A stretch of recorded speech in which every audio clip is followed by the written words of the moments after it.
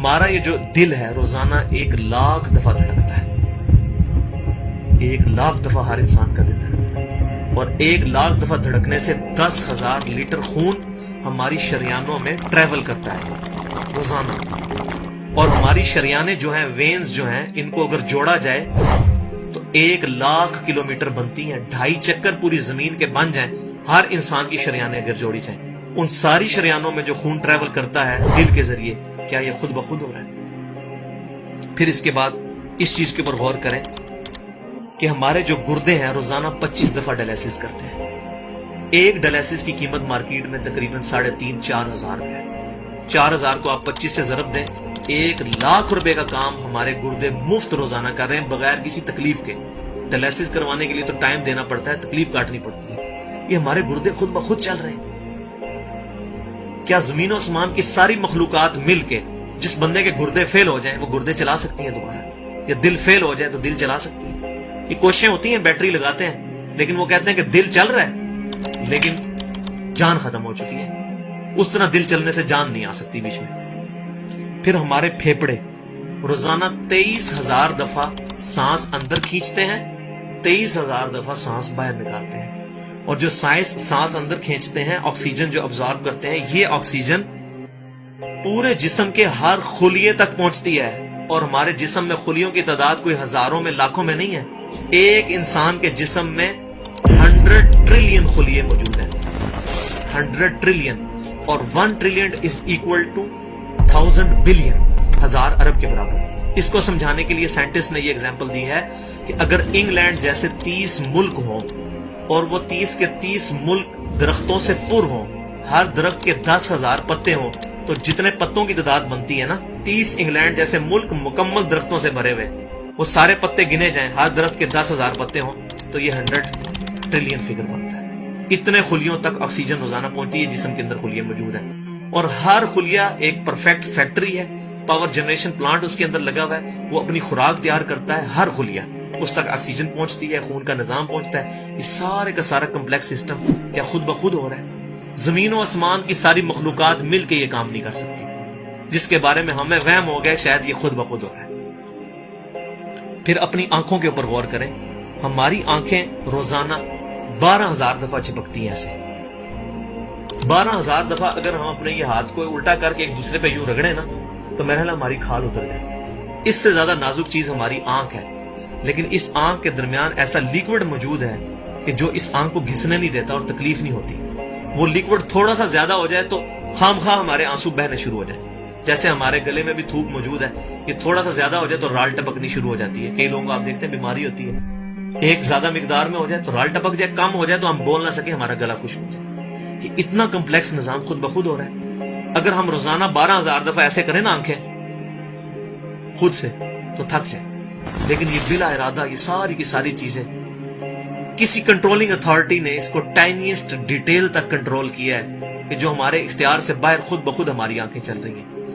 جب کوئی خطرہ سامنے آتا ہے، اندھیری چلتی ہے، نہ چاہتے ہوئے خود بخود ہماری آنکھیں یوں بند ہو جاتی ہیں. پھر اس کے اوپر پلکوں کے اوپر بال ہیں، اور نہ صرف یہ بال، اپنے ناخنوں پر غور کریں. گوشت میں سے ناخن نکل رہے ہیں. یار گوشت کے اندر کون سا مٹیریل ہے جو یہ ناخن باہر نکال رہا ہے؟ یہ گوشت میں سے دانت نکل رہے ہیں، یہ گوشت میں سے گھاس نکل رہی ہے. یہ دیکھیں گھاس، یہ بال نکل رہے ہیں. جو بندہ پاگل ہو جاتا ہے، یار گوشت میں سے اتنی مشکل چیزیں کیسے نکل رہی ہیں؟ اور ناخن ہمیں کاٹنے پڑتے ہیں لیکن دانت کاٹنے نہیں پڑتے. یہ ایک خاص مقدار پہ جا کے رک جاتے ہیں. یار دانتوں کا کوئی باپ ہے جو ان کو کہہ رہا ہے کہ اس کے بعد تم نے نہیں بڑھنا؟ سر کے بال بڑھتے ہیں لیکن یہ ہمارے یہ والے بال نہیں بڑھتے، ابرو کے بال نہیں بڑھتے. اس کو کون کنٹرول کر رہا ہے؟ یہ ساری کی ساری چیزیں کیا خود بخود ہو رہی ہیں؟ جو چیزیں بھائیوں کرنے سے نہیں ہو سکتی، انسان اپنی چیزیں خود کنٹرول نہیں کر سکتا، تو خود بخود وہ کیسے ہو رہی ہے؟ اس سے بڑی تو بیوقوفی اور کوئی چیز نہیں. پھر سب سے مشکل جو انسٹرومنٹ ہمارے دماغ جو ہے، ہمارے دماغ کے اندر 10 ارب خلیے ہیں. اور جو دماغ کے اندر جو ہمارے کنیکشنز ہیں وہ 100 ٹریلین ہیں، equivalent to the quantity of cells in human body. جو میں نے بتایا تھا انگلینڈ جیسے 30 ملک ہوں، وہ والی ایگزامپل دی، وہ سیم اتنے کنیکشنز دماغ کے اندر ہیں. ہمارے دماغ کے اندر 1 منٹ کے اندر 10 لاکھ چین ریئیکشنز ہوتے ہیں جن کی وجہ سے دماغ کام کرتا ہے. ایک کنیکشن بھی ان 100 ٹریلین کنیکشن میں سے ڈسٹرب ہو جائے ہمارا دماغ کام نہیں کر سکتا.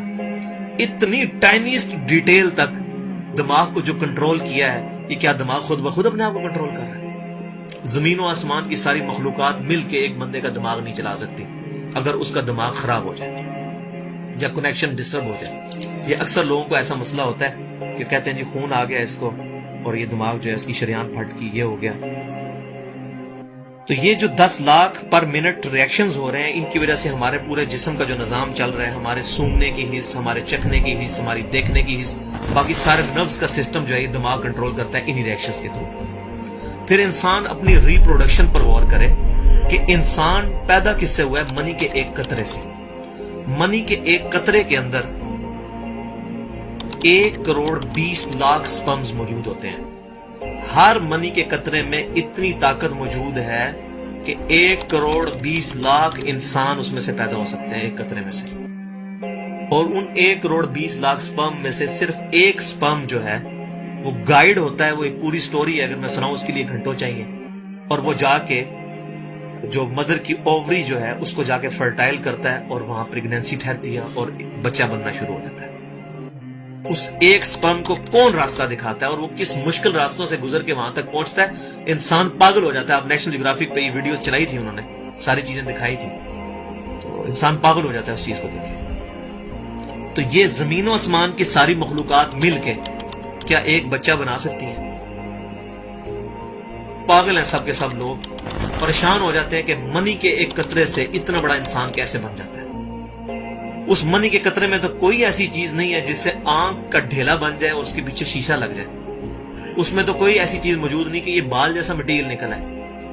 پھر وہ ساری کی ساری چیزیں اتنی پرفیکٹ ہارمنی میں بن کے باہر آتی ہیں پورے سسٹم کے تحت. یہ کیسے ہو رہا ہے؟ جو کام زمین و آسمان کی ساری مخلوقات مل کے نہیں کر سکتی, وہ خود بخود کیسے ہو سکتا ہے؟ تو اب تک جتنی میں نے ڈسکشن کی, یہ وہ تمام ڈسکشنز ہیں جو عام انسان, اس میں سے میجورٹی چیزیں ایسی ہیں کہ جو عام انسان, چاہے آج کا انسان ہے چاہے 1000 سال پہلے کا انسان ہے, وہ ان ساری چیزوں کو آبزرو کر کے ایک سپر کنٹرولنگ اتھارٹی تک پہنچ سکتا ہے, اور وہ اتھارٹی ہے اللہ.